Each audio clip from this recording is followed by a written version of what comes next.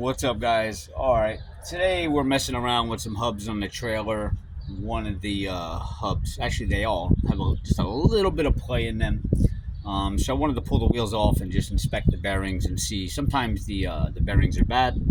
Sometimes it's just the castle nut that holds it on. It walks itself off a thread or two, and it lets that hub get a little bit loose. And it's just a matter of repacking those bearings and tightening that castle nut, because sometimes it's not always the bearings, it's just a matter of retightening it and putting it back together and sending it on its way. So we're going to pull this hub off. I'm certain it's just a matter of retightening the castle bolt, but I figured I'd do a video on it for somebody that's jumping into a hub for the first time and what they can look for. So we'll make this real quick. All right, let's get into it. This is my trailer here. I've already done that one, and you can see or here just a slight wobble. This one was doing the same thing. The castle bolt underneath it here had walked, and now it's super tight, but not tight enough to where you can't spin it, but it's not making noise anymore. So we're going to do the same thing with this one. First thing you're going to do, obviously, is you're going to take your wheel off, which I already have mine off, and then you want to take these caps off. You can sometimes tap them a little bit with a hammer, but that can bend them up. But you can get a screwdriver in these. First thing we're going to do is get a screwdriver and try to pull this cotter pin out. Sometimes they come easy, sometimes they're really tough. Look for the bottom of your cotter pin, and you'll see the piece should be bent over. We're going to bend them back straight. And then you can see if I push up on it, I'm almost able to get it out. But what you want to do is get a flathead. See if we can get a little screwdriver in there. I usually just turn it and then pry. I use the castle nut itself to pry up until I get it high enough. Then I can use the hub up here like that to pry up. There you go. Now, before we go ahead and tighten this up, we want to make sure the bearings are indeed good. So we got our 1.5 inch socket here. We're gonna back this off. Now we got our little thrust washer underneath. Sometimes you can pull it out with your fingers like that. Slide that off, and then that should expose your bearing right there. And sometimes you could just pull that straight out, just like this. A lot of times you could just pull the whole hub and everything will slide off. Let's see here. So you want to inspect that, make sure that it's moving freely. These are a little bit heavy, so be prepared to hold on to it. Just sometimes that seal in the back gets stuck on there. If you do a little bit of a yank, it should come. Just like that. And that's the seal I was talking about in the back. Sometimes that grips to the shaft and makes it hard to get off. We're going to take a rag here and just kind of clean out inside, just because I want to make sure that there's nothing scraped up or broken inside. We're going to put some new grease in there anyway, so check our back bearing here and our back seal. This is what holds all your grease in here.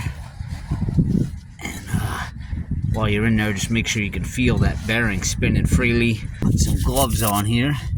So now that I wipe the grease out, I can kind of see the bearing a little bit. With one finger, it's kind of hard to spin with all the grease in there. Just take two, spread your fingers and turn, and make sure you don't feel that bearing locking up in there. Go the other way, and it feels pretty good. Now, if you were gonna change the bearings, you would get a new seal here, and you would get a seal puller, or if you have other tips and tricks, which I use, which I won't get into, you can pull this seal up.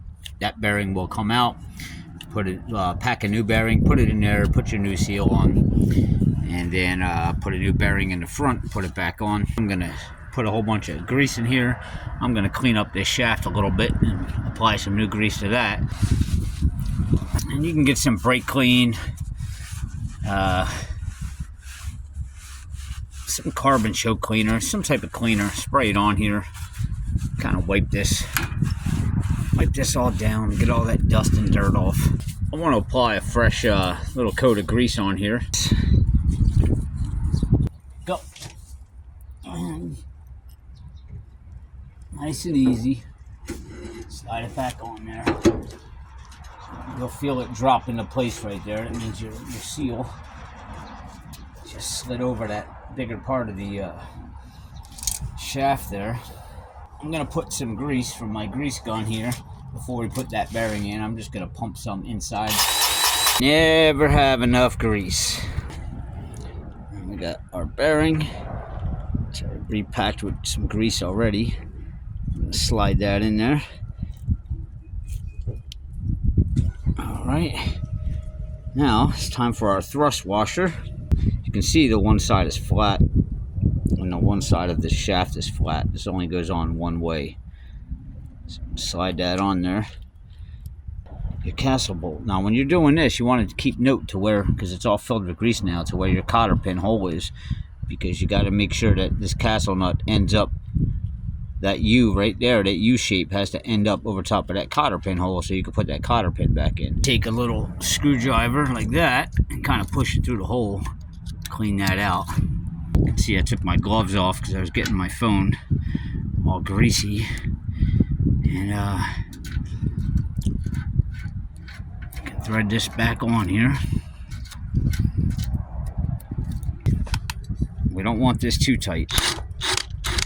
You're gonna get it, go slow until we hear that first click, just like that. And let's see. Alright, we're tight. And we got play in the wheel.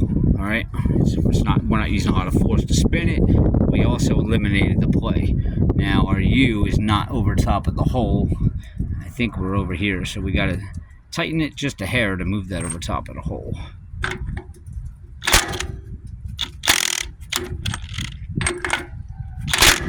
If you lost your hole because of the grease, this is where your little screwdriver comes in handy. There you go. So we are over top of the hole. This one's a little bent up. If you got a new one, it helps, but we're gonna try to tap this one back down in there. Oh, there it goes, it dropped in. So you want to tap this down so that this is below this rim here, because remember, you got to put your cap back on. So we're gonna tap this down a little bit, and when we get enough out the bottom, we're gonna bend that up. Be careful you don't hit the threads. And now you can see we got a lot of excess at the bottom. And this is where you want to bend it up. And this also helps keep that castle nut from coming loose. So you gotta bend them. And then I can kind of tap it up with the hammer a little bit there. Alright, I got enough clearance around to put my cap on. So you really you want to hold this as center as possible. These can be a little pain to get on sometimes to put back on. Just hold it center. Get it started and tap lightly. No more play. And she spins freely. This is just the way I've done it when I've had to retighten them up, and it's worked fine for me in the past. Everybody's got their own way. But I just wanted to give you a quick example of, and to save you a little bit of money, because just because it's a little bit loose and someone tells you, oh, you need new hubs, that can be pretty expensive, especially if you're doing all 4 of them on your trailer, or even just 2 of them. So sometimes it's just that castle not walking off. Take it apart, repack it, put it back together, and you're good. You save a few bucks. All right, guys, hit subscribe below, please. Give me a thumbs up. See you next time.